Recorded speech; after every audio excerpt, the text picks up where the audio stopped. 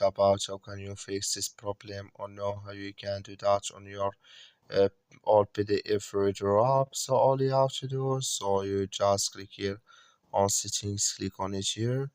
When you just click on settings, it's going to show for you list like this here. So then you go down, just keep going down, then you click here on apps, come to apps list here, and then you're looking for all PDF reader app, or just click on search, then here add all.